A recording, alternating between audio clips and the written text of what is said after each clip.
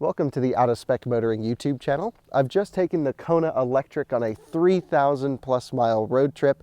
I've learned a lot about the car and come across a lot of its weird and little features that you typically wouldn't get spending 20 minutes with it. So let's go through all of the weird and interesting features of the Kona EV.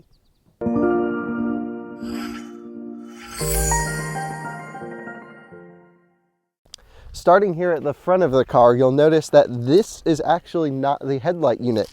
These are your headlights. In the base trims in the US, they're halogen projector beams, not amazing.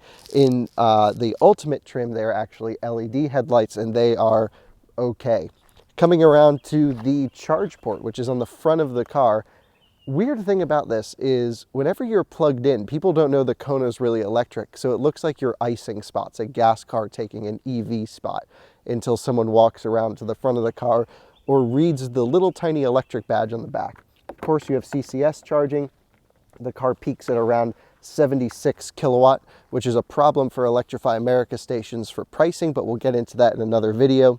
And then you have your little battery icon here on the side. So come on closer here, and you'll see your charge level listed in this little graphic. There's a button here as well, so if you have timed charging at home for off-peak hours, you can click and hold this button and that will start charging immediately. Let's take a look under the hood of the Kona, and it's really interesting. You have to keep in mind that this is a car that supports both internal combustion and electric propulsion. So it's one same chassis and they slap in a battery pack or motor in that drivetrain. So if you look under here, you'll notice they put an engine cover that looks like an engine cover, and you'll see that this particular component says EV. Now imagine this would be the engine mounts in the ICE version, and this is just a clip that slides in on the manufacturing line to make it electric. One of the downsides with a car that shares its platform, both electric and gasoline or diesel, is you do lose some of the benefits of a ground-up designed electric car, such as a front trunk or other little things. But I would say with the way Hyundai has done this, they've done a pretty good job with packaging, and the electric drivetrain is really stout. Moving around to the trunk of the car, let's take a look in the trunk. Now this is a small SUV, but it is a small trunk still. The seats do fold down flat, and I'll show you that right here actually. We have some things back there, but they do go down. And then we have the underfloor storage. Now this is a really nice tray for things, but this actually comes out completely. And we'll toss that over there. If we look in here, this is where I imagine the spare tire would go in certain markets. So you have in the electric car in the US, your tire pressure inflation, wheel locks, that's a dealer accessory probably. And then this really cool storage compartment that holds your level 1 wall charger, or your, it's not technically a charger, just supply equipment. And then you have this display here. Now I haven't taken the screen off, but this is the most beautiful included level 1 charger I've ever seen in an electric car. It has this nice display on it. They've done a really nice job. I'd like to talk about the car's biggest flaw, and that is really the drivetrain setup of a front-wheel drive electric vehicle. I personally believe there is no need to have an EV front-wheel drive. You can put the motor in the back with all of the weight over the rear wheels. It has the 911 effect of being very good in the snow, much like a front-engine, front-wheel drive car would be. Another downside is electric vehicles produce so much torque that anytime you try to accelerate in this car, coming out of a corner, in the rain, in the snow, even in the dry, it spins up the front tires and you actually do get quite a bit of torque steer. The car is properly powered. I would say it's downright quick for its acceleration. It's definitely Tesla-like acceleration on the lower trims, but it isn't a Tesla-like feel because it is going to the front wheels and you feel it all through the steering wheel, and it just isn't as premium as it should be. I want to talk about the braking system on this car because it is unlike any other car I've experienced. This car does more regen than a Tesla, than any other vehicle, 150 kilowatt of regen. There's paddles on the steering wheel that allow you to choose what level regen you would like from 0 to 3. You're never going to be using friction brakes in this car unless you have to emergency stop, which is really incredible for an EV. Speaking on the topic of regenerative brakes, there's also a setting here in the menus that allows you to select automatic regeneration. And what this does is if you put it on any setting less than 3, so 0, 1, 2, 3, the car will prioritize coasting until you come across a car in front and give you more regen. And it feels just like adaptive cruise control, but the car actually won't give you any more than the regen allows. It can be quite dangerous because you think the car is going to slow down, but then it doesn't slow down enough. But a cool concept, I really like it. I was just kind of almost rear-ending people using it. If you want to see your charge percentage level in this car, there is only one place that displays it. Once you're at the home button, I've customized that button, you go to EV, and then in this EV menu, you'll see it here at 87%. Once we're in this menu, there's a few other weird things that you can do. You can set your DC charge level anywhere from 10% up to 100%. I can't imagine someone wanting to go, let's go charge the car, honey, and charge it to 10%. That's pretty crazy. Also not great for your battery. Other things you can do, of course, you can set your AC charge limit to anywhere you'd want. Of course, 10% up to 100.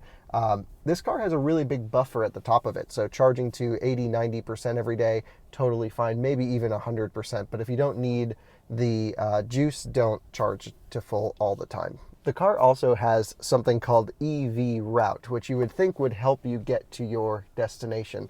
But all this system does is show you where you're starting, your available range, and then when you will run out, and provides some assistance by showing you every charger ever loaded into this car, but it doesn't know really what they are or how to activate them. It is really lacking in terms of an EV trip planner, and you'll see that when you watch the road trip video. Let's say you're driving down the road and you want to look at yourself in the mirror, you open this up and oh my goodness, there's no light.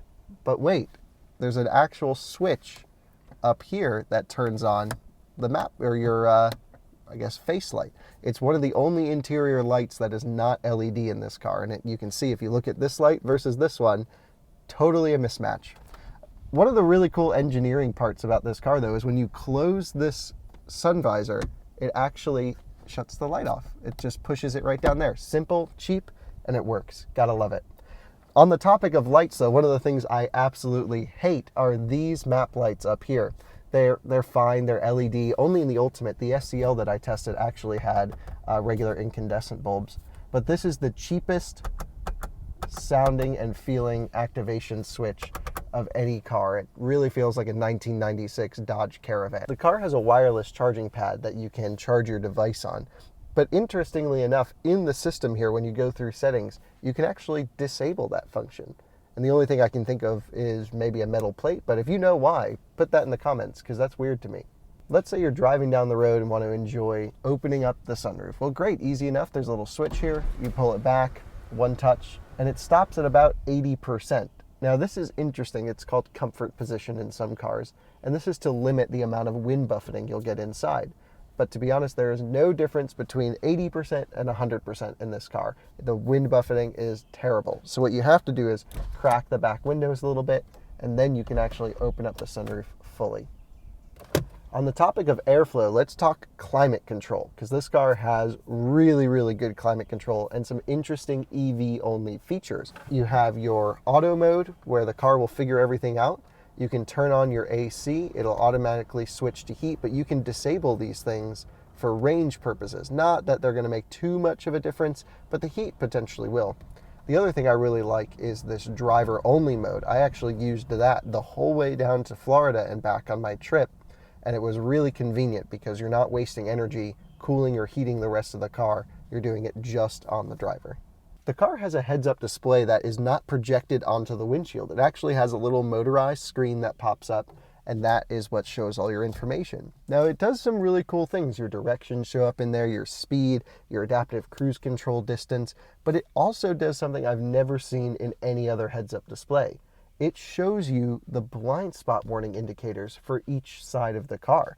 So for example, you have them in the mirrors as well, but in the heads-up display, you're looking ahead and it lights up a little car on the right or left side to show you, hey, there's someone in your blind spot. When you use the regen pedal that I explained earlier, when you pull this all the way to a stop, the car will actually hold itself at a stop, but it holds itself with motor power rather than brakes. So if you're on a really steep hill and hold the regen pedal, and let go once you're stopped, it actually provides torque to the motor to hold you there, which is really cool. I've never seen any system work like that. However, when you're stopped, that system does not keep your brake lights turned on, which can be extremely dangerous. So you do, I think it's a bug in the software, but you do need to touch the brakes at a stop with auto hold on to keep the brake lights on. The car allows you to fully disable traction control and stability control separately. The first push is going to be traction control. If you push and hold, then it'll say full stability control defeated. Heated and air-conditioned seats. I had mentioned this in the SEL versus Ultimate video, and I said I would report back on the air-conditioned seat function, and I'm happy to report they work extremely well. They're very strong, and I'm very happy over time with these seats. You just have to sit in the car for more than 20 or 30 minutes to really feel them. And lastly, everyone wants to know what the horn sounds like, so not that good.